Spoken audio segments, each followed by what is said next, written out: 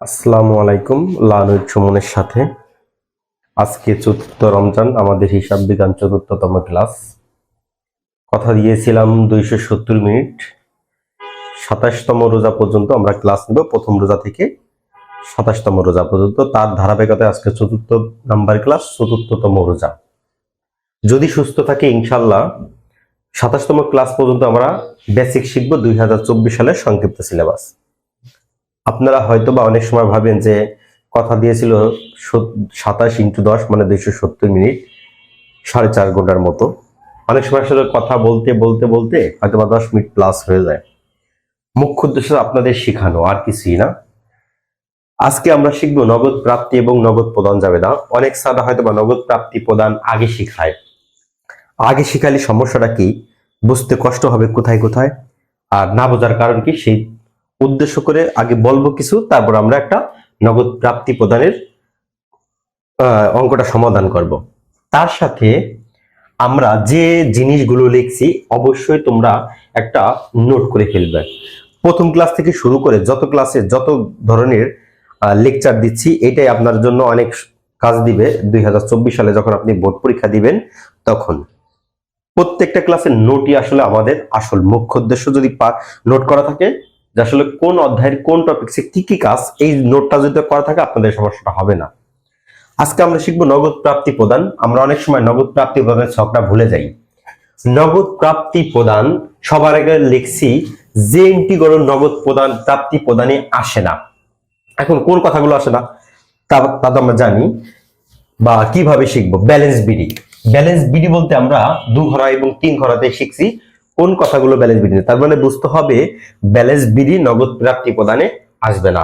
এখন কোন স্যার বা কোনো ভাইয়া যদি নগদ প্রাপ্তি প্রদান আগে শিখায় ক্লাস 9 স্টুডেন্টকে বা ইন্টারমিডিয়েট স্টুডেন্টকে, অনেকেই যারা সংক্ষিপ্ত সিলেবাস এই 2024 সালে যারা পরীক্ষার্থী, অনেকেই এসএসসি তে এই টপিকসটা পড়েনি, কারণ সংক্ষিপ্ত সিলেবাস ছিল, সেখানে যেটা যেটা সহজ সেই টপিকসটা পড়ছে। তাই ব্যালেন্স বিডি বলতে আমরা 2 ঘরা এবং 3 ঘরা নিয়ে যে কথাগুলো বলছি সেইগুলো হচ্ছে ব্যালেন্স বিডির টাকা প্রাপ্তি প্রদান আসবে না। কন্টেন্ট এখন বুঝতে হবে, কন্টেন্টই প্রাপ্তি প্রদানে বলে দিয়ে 2 ঘর 3 ঘরে বলে দিয়েছিলাম কন্টেন্টই কয়টা, তাহলে ব্যালেন্স বিডি কোনটা, এগুলো নগদ প্রাপ্তি প্রদান আসবে না। 1 তারিখের কোন স্থায়ী সম্পদ এবং পণ্য দ্রব্য যদি কিনে থাকে, এইটা আমাদের নগদ প্রাপ্তি প্রদান আসবে না। বাকি লেনদেন কি ভাই, বাকি লেনদেনও নগদ প্রাপ্তি প্রদান আসবে না। অপচয়, বিনামূল্যে পণ্য বিতরণ, এই তিনটা 2 ঘরা এবং 3 ঘরাতে আসে না। সেম ভাবে নগদ প্রাপ্তি প্রদানও আসবে না।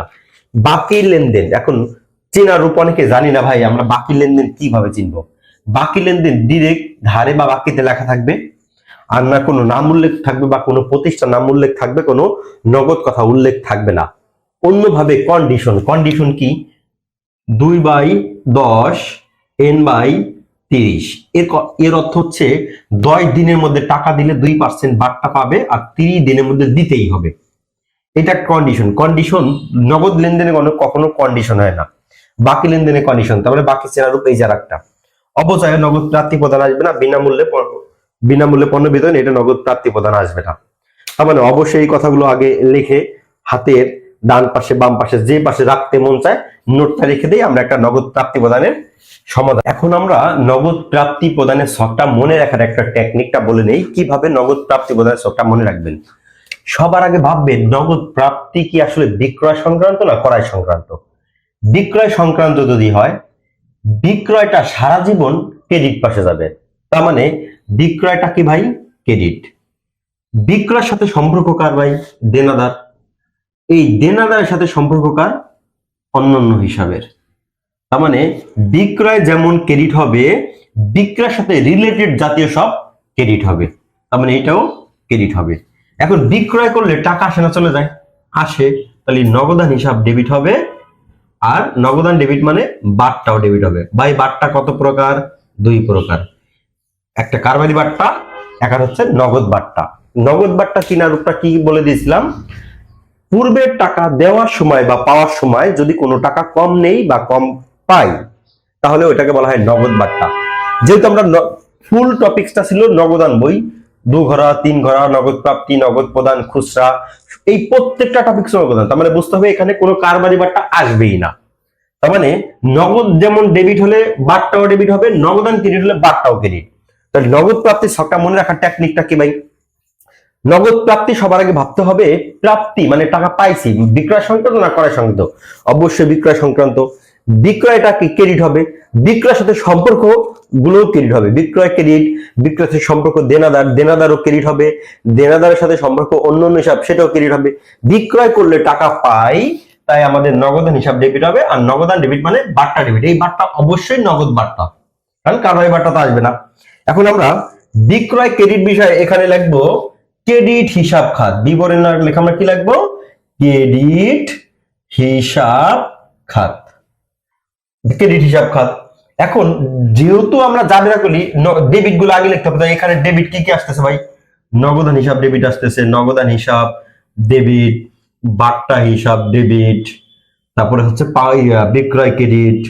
বিক্রয় ক্রেডিট মানে হচ্ছে দেনাদার ক্রেডিট, দেনাদার ক্রেডিট মানে অন্য হিসাব, অন্য হিসাব হচ্ছে ক্রেডিট।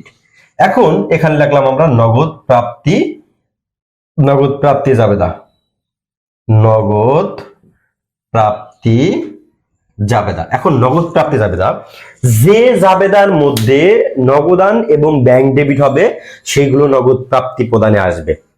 এখন আমি একটা কথা বলছিলাম যে 1 তারিখে কি কি আসবে না মাথায় রাখতে হবে। ব্যালেন্স বিডির টাকা, কন্টাইনটি, 1 তারিখে কোনো স্থায়ী সম্পত্তি, এবং যদি কখনো পণ্য দ্রব্য নিয়ে শুরু করে ওই 1 তারিখের টাকাও নগদ প্রাপ্তি আসবে না। কেন আসবে না বলে দিচ্ছি। নগদ প্রাপ্তিতে সেইগুলোই আসবে যে জাবেদার মধ্যে নগদান ডেবিট হবে, সেগুলো নগদ প্রাপ্তি। নগদ যদি না হয়, ব্যাংক যদি ডেবিট হয়, তাও নগদ প্রাপ্তি। ব্যাংকের টাকা আমরা নগদ অর্থে প্রকাশ করব। এখন মিসেস কারিনা বেগম নগদ 10,000 টাকা, আসবাবপত্র 5,000 টাকা, পণ্য দ্রব্য 1,000 টাকা, ব্যাংক ঋণ 2,000 টাকা নিয়ে ব্যবসা শুরু করলো। এখন আমরা যদি ভেঙে ভেঙে জাবেদা করতাম, তখন প্রথমে লিখতাম নগদান হিসাব ডেবিট, নগদান হিসাব ডেবিট, মূলধন হিসাব ক্রেডিট, মূলধন হিসাব ক্রেডিট। কত টাকা ভাই? 10,000 টাকা। আর হচ্ছে আসবাবপত্র হিসাব ডেবিট, মূলধন হিসাব ক্রেডিট। তারপর হচ্ছে পণ্য দ্রব্য মানে থাকলে করাইল হিসাব ডেবিট, মূলধন হিসাব ক্রেডিট। ঋণ থাকলে নগদান হিসাব ডেবিট, ঋণ হিসাব ক্রেডিট। তার মানে দেখতে হবে কোন কোন জাবেদার মধ্যে নগদান আসছে সেগুলো। তার মানে এইটুকু আসছে নগদান, আসবাবপত্র ডেবিট, মূলধন ক্রেডিট, তার মানে এটা আসে নাই, এটা বাদ। এই জন্য বলছিলাম 1 তারিখ স্থায়ী সম্পত্তি। আর একটা কথা বলছিলাম করাই হিসাব ডেবিট, মূলধন ক্রেডিট, এটার মধ্যে নগদান বা ব্যাংক নাই, এটাও বাদ। কারণ বলছিলাম 1 তারিখে কোন স্থায়ী সম্পত্তি এবং যদি কোনো কিছু পণ্য দ্রব্য নিয়ে শুরু থাকে 1 তারিখের এই জিনিসগুলো আসবে না, এটা বাদ। নগদান ডেবিট, মূলধন ঋণ ক্রেডিট, কারণ এটাও নগদান আসছে। তাহলে নগদান হিসাব ডেবিট, মূলধন হিসাব ক্রেডিট কিভাবে লিখবো? আমরা লিখছি তারিখ ক্রেডিট হিসাব খাত। এখানে ক্রেডিট নামটা কি আসছে ভাই? মূলধন। লিখলাম আমরা মূলধন হিসাব, মূলধন হিসাব, এই মূলধন হিসাবটা লিখলাম। মূলধন হিসাব বাই ক্রেডিট। এখন মূলধন ক্রেডিট, এখন আমরা ক্রেডিট দিকে তাকাবো। ক্রেডিট আছে দেনা, বিক্রয়, দেনাদার, অন্য হিসাব। ক্রেডিটের এই 3টা নামের মধ্যে যদি কখনো এই নামটা যেটা লিখবো এখানে যদি থাকে ওইখানে দিব, আর না থাকলে অন্য হিসাব। মূলধন তো নাই, তাহলে আমরা অন্য হিসাবে ঘরে বসাই দিলাম 10,000 টাকা। তাহলে মূলধন ক্রেডিট। এখন নগদান হিসাব ডেবিট ছিল, তাহলে নগদানের ঘরে বসাই দিব 10,000 টাকা। এখন পরের জাবেদা, কারণ এটা তো আসবাবপত্র ছিল, আসবাবপত্র ডেবিট, মূলধন ক্রেডিট বাদ। তারপরে ক্রয় ডেবিট, মূলধন ক্রেডিটেরও বাদ। নগদান হিসাব ডেবিট, ঋণ হিসাব ক্রেডিট। ভাই ক্রেডিট নামটা কি আসছে? ঋণ। তার মানে এখানে আমরা লিখবো ঋণ হিসাব। এখন ঋণ হিসাব যে লিখলাম, এখন ক্রেডিট যেহেতু এটা ক্রেডিট হিসাব খাত, ক্রেডিটের মধ্যে কি এই ঋণ নামে ওয়ার্ডটা আছে? নাই। তার মানে আমরা বসাই দিব অন্য ঘরের মধ্যে 2,000 টাকা, আর নগদান হিসাব ডেবিটে বসাই দিব 2,000 টাকা। এখন আমরা পরবর্তী তারিখে আসি। পণ্য বিক্রয় করে চেক, পণ্য বিক্রয় চেক এবং পণ্য করায়। আচ্ছা, করাই করলে তো টাকা চলে যায়, তার মানে এটা আর আসবে না, কারণ আমরা দেখবো যে জাবেদার মধ্যে নগদান ডেবিট হয়। পণ্য বিক্রয় করে চেকে পাওয়া গেল। আচ্ছা, আমরা যদি ভাই জাবেদা লিখি ব্যাংক হিসাব ডেবিট আর নগদান হিসাব, অনেক স্টুডেন্ট বিক্রয় হিসাব ক্রেডিট, অনেক স্টুডেন্ট প্রশ্ন করে ভাই আমরা করতেছি নগদ প্রাপ্তি জাবেদা, তাহলে ব্যাংক আসলো কেন? এটা তো বাকি তো লেনদেন না, আমরা বলছি বাকি লেনদেন আসবে না। টাকা যেহেতু আসছে সেটা ব্যাংকে আসুক আর নগদ আসুক, এখানে হয়তো বা ব্যাংকের ঘর নাই, কিন্তু ব্যাংকের যেহেতু বাকি লেনদেন না, কোনটাও না, তার মানে অবশ্যই টাকাটা আসবে। তাহলে জাবেদা ঠিকই লাগবো বিক্রয় হিসাব। এখানে কি লাগবো ভাই? বিক্রয় হিসাব, বিক্রয় হিসাব ক্রেডিট। তাই বিক্রয় নামে ক্রেডিট পাশের কথাগুলো কি আসছে? আছে, তাহলে অবশ্যই কত কত টাকা আছে তোমার 2000 টাকা। এখন এই ব্যাংক এখানে ঠিকই লাগবে, কিন্তু ব্যাংকের টাকাটা চলে আসবে কোথায়? নগদের ঘরে। ব্যাংকের টাকা আসবে কোথায়? নগদের ঘরে। কারণ হচ্ছে কি, এটা আমাদের নগদ লেনদেন, তাহলে আমরা টাকা লিখবো 2000 টাকা নগদের ঘরে। পরবর্তীতে লেখা আছে করিম করিম 8000 টাকার পাওনার পরিবর্তে এত টাকা পাওয়া গেল। ভাই টাকা পাইতাম 8000, টাকা পাইছি কত? 7950। তবে এটা নগদ বার্তা না কারোর বার্তা? অবশ্যই এটা নগদ বার্তা। কারোর বার্তা চিনার কি বলে দিছিলাম, কোন লেনদেনের মধ্যে ক্রয় বিক্রয় ওয়ার্ডটা লেখা থাকলে ওটা হয় কারবারি বার্তা। কিন্তু এই ফুল লেনদেনের মধ্যে কি ক্রয় বিক্রয় ওয়ার্ডটা লেখা আছে? নাই, তার মানে এটা নগদ বার্তা। টাকা পাইতাম 8000, টাকা পাইছি কত টাকা? 7950। আমরা যদি এখন জাবেদা লিখি, জাবেদা হবে নগদান হিসাব ডেবিট। আমি বলছিলাম নগদান ডেবিট মানে বার্তাও ডেবিট হবে। নগদান ডেবিট, বার্তা ডেবিট, আর হচ্ছে করিম হিসাব ক্রেডিট। এখন করিম, এখানে আমরা করিম হিসাব ক্রেডিট, কিন্তু এখানে আমরা ঠিকই লাগবো কি করিম। কোন স্টুডেন্ট যদি এখানে করিমের পরিবর্তে দেনাদার লেখে হয়ে যাবে, তাহলে করিম হিসাব ক্রেডিট। তাহলে নগদান ডেবিট কত টাকা দিব? নগদে যেহেতু টাকা পাইছি আমরা 7950, বার্তা হিসাব ডেবিট, এই বার্তা, কারণ এটা নগদ বার্তা। আর করিম মানে দেনাদার, দেনাদার কাছ থেকে টাকা পাওয়া যায়, অবশ্যই এখানে ক্রেডিট নামটা দেনাদারের বলে 8000 টাকা বসাই দিব।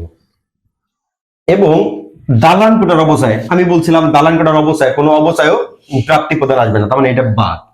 অফিসের প্রয়োজন উত্তোলন, এটা আমাদের জন্য কন্টা, তাহলে কন্টা ইনটু আসবে না, আমি বলে দিলাম। বেতন প্রদান, এই যে বেতন প্রদান করলে আমরা জাবেদা বেতন প্রদান করছি, জাবেদা করলে কি হয়? বেতন ডেবিট, নগদান ক্রেডিট। ভাই আমরা যে জাবেদার মধ্যে নগদান ক্রেডিট হবে সেটা তো আমরা নিতে পারবো না, কারণ আমরা করতেছি নগদ প্রাপ্তি জাবেদা। যে জাবেদার মধ্যে নগদ বা ব্যাংক হবে সেটাই আমরা নিতে পারবো, তার মানে এইটাও বাদ। পাওনাদারের এত টাকার পরিবর্তে এত টাকা প্রদান করছি, তার মানে এটা আমাদের বাদ। পণ্য বিক্রয় 2000 টাকা, তার 10% বার্তা। এই যে বিক্রয়, এই যে এখানে একটা বার্তা আছে, এই বার্তা কি কারবাই বার্তা না নগদ বার্তা? অবশ্যই এটা কি হবে? কারবাই বার্তা। আমি কারবাই বার্তা চেনা রূপ কি বলে দিছিলাম, কোন লেনদেনের মধ্যে ক্রয় বিক্রয় ওয়ার্ডটা যদি কখনো লেখা থাকে তাহলে এটা হবে কারবাই বার্তা। কারবারি বার্তার টাকা বাদ দিয়ে দিব, কিন্তু আমাদের হিসাব ভুগতে আসবে না। তাই 20,000 টাকার 10% করলে 2000 টাকা, তাই 2000 টাকা বাদ। তাহলে আমরা যদি জাবেদা লিখি নগদান হিসাব ডেবিট আর বিক্রয় ক্রেডিট, এখানে বার্তা লিখলাম না কেন? কারণ এটা কারবারি বার্তা, কারণ কারবারি বার্তা নগদান বইতে টোটাল আসবে, নগদ প্রাপ্তি প্রদান কোন জায়গায় আসবে না। তাহলে এখন বিক্রয়, এখানে লিখবো আমরা বিক্রয় হিসাব। এই বিক্রয় নামে ওয়ার্ডটা যদি থাকে ওখানে দিব, না থাকলে অন্য অন্য ঘরের মধ্যে দিব। তাহলে বিক্রয় নামে ওয়ার্ডটা আছে, আমরা 18,000 টাকা লিখলাম, কারণ হচ্ছে এটা ওই কারবারি বার্তার টাকা 2000 টাকা বাদ দিয়ে দিলাম। দেনাদারের নিকট হতে বার্তা পরবর্তী আদায়, তোমরা সবাই একটু বিশেষ করে নোট করে নাও। যদি কখনো বার্তা পরবর্তী আদায় কথাটা লেখা থাকে, বার্তা পরবর্তীতে আদায় কথাটা লেখা থাকে যে দেনাদারের নিকট হতে বার্তা পরবর্তী আদায়, এই কথাটা যদি কখনো, এই পরবর্তী কথাটা যদি কখনো লেখা থাকে, লেখা থাকবে এরকম বার্তা পরবর্তী আদায় 4% বার্তায় 4% বার্তা। আমি এইখানে এই জন্য উল্লেখ করি নেই যে আমি বোঝানোর জন্য, দেনাদারের নিকট হতে 4% বার্তায় পরবর্তী আদায়, এই 4% বার্তায় 99% স্টুডেন্ট 99% এই 4% মূলত এই টাকার উপর করবে, মূলত না। পরবর্তী আদায় যদি কখনো লেখা থাকে বার্তা পরবর্তী আদায়, তার মানে বুঝতে হবে বার্তাটা বাদ দেওয়ার পরে আমরা এই টাকাটা পাইছি। কিভাবে? তাহলে আমরা আসল টাকাটা বের করব, বার্তার টাকাটা বের করব। মূলত বার্তা কিভাবে, এখানে আমরা লিখবো হচ্ছে আপনার 19,200 গুণন 4 ভাগ দিব 96 কেন দিলাম? বার্তাটা বাদ দেওয়া পরে, কারণ আমরা যখন পার্সেন্টেজ করি 100 ধরি, 100 থেকে 5 যদি 4 লিখছি তাই এখানে লিখছি 96, যদি এখানে 5 লিখতাম এখানে লিখতাম 95। আমরা যদি এটা ক্যালকুলেশন করি এটা হয় 800 টাকা। কত টাকা হয়? 800 টাকা। আসল টাকা ছিল হচ্ছে 20,000 টাকা। তাহলে এখন টাকা পাইছি, তাহলে নগদান হিসাব ডেবিট, আমরা এটা যদি জাবেদা করি নগদান হিসাব ডেবিট হবে, নগদান হিসাব ডেবিট হবে আপনার হচ্ছে 19,200, বার্তা হিসাব ডেবিট হবে 800। আজ কাদের কাছ থেকে টাকা পাওয়া যায়?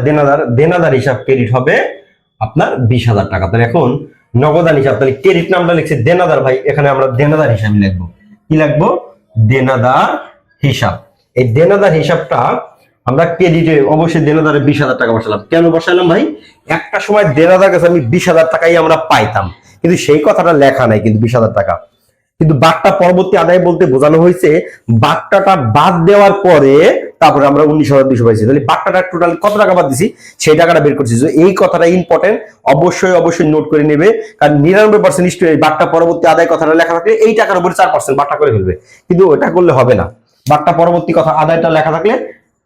এখন আমরা তাহলে দেনাদার হিসাব ক্রেডিট, তাহলে নগদানে টাকা পাইছে কত 19,200, তাহলে নগদানে বসায় দিব হচ্ছে আপনার 19,200, বাট্টার ঘরে বসায় দিব 800। এখন যেহেতু এটা জাবেদা আমরা অবশ্যই ডেবিট দুটো যোগ করব, ক্রেডিট এই তিনটা যোগ করব, যোগ ফলটা অবশ্যই সমান হবে, কারণ জাবেদার আমরা সমপরিমাণ ডেবিট দ্বারা সমপরিমাণ টাকাই আমরা ক্রেডিট করি, তাই এখানে কম বেশি হওয়ার কোনো অপশন নাই। আচ্ছা।